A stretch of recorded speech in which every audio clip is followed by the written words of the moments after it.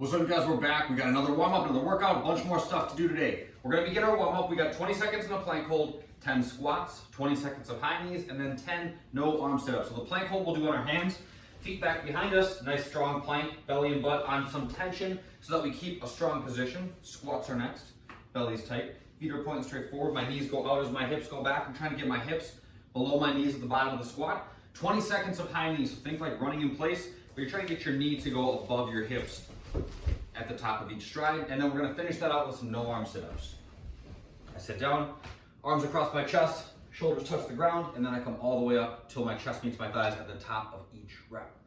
Watch out for sitting up too far at the top of your sit-ups. Sometimes I see people do this. They're kind of just like, they have their well-intentioned. They're like, I want to get full range, but you're just kind of like hunching at the top. Just sit up nice and tall, okay? If your chest doesn't like make contact with your entire thigh, that's all good. I won't tell anybody about it. After that, the workout, the equipment version is going to be dumbbell push press, burpees, and goblet reverse lunges. So dumbbell push press, I got one of these things on each shoulder. I dip by pushing my knees apart, drive and press to overhead, dip, drive, and press, okay? Burpees are next. We know and love them. Chest goes to the ground, feet land flat. When I come back up, jump and clap overhead. Think squat stance on your burpees, okay? We're not super narrow. We're not landing up on our toes. I know that looks really cool, but don't do it. Feet flat when you burpee. And then last, we're gonna grab one dumbbell. We're gonna do reverse lunges in the goblet position. So my belly's tight, step back, gently tap that back knee, stand up, switch sides, back and forth like so. The body weight version of this thing is gonna be down dog handstand push-ups, burpees, and reverse lunges. So down dog handstand push-ups, hands go to shoulder width. My head is gonna touch out in front of my hands, okay? So I'm here, head touches out here, my feet walk in close to my hands. I rock forward, touch the top of my head to the ground, push back up and back at the top of each rep, okay?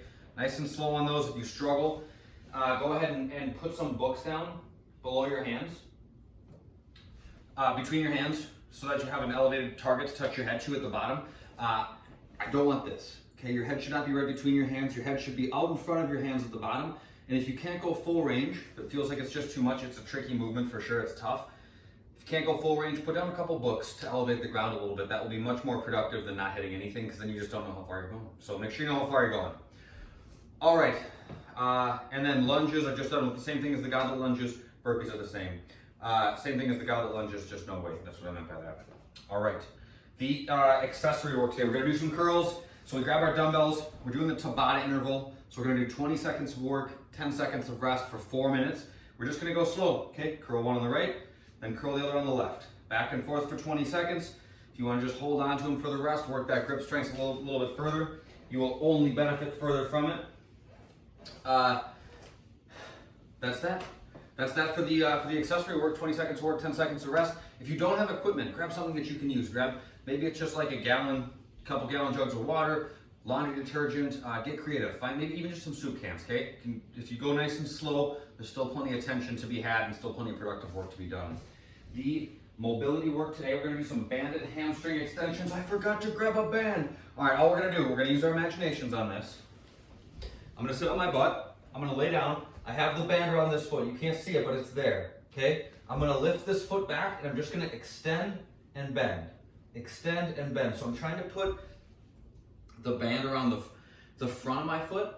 And what I'm doing is when I stretch, when I extend my leg, I'm feeling a stretch through the back of it, okay? The way that this thing works is that if you're too low down here, when you extend, you'll feel nothing. There's nothing happening there. And if you're too far up, you won't be able to straighten your leg up.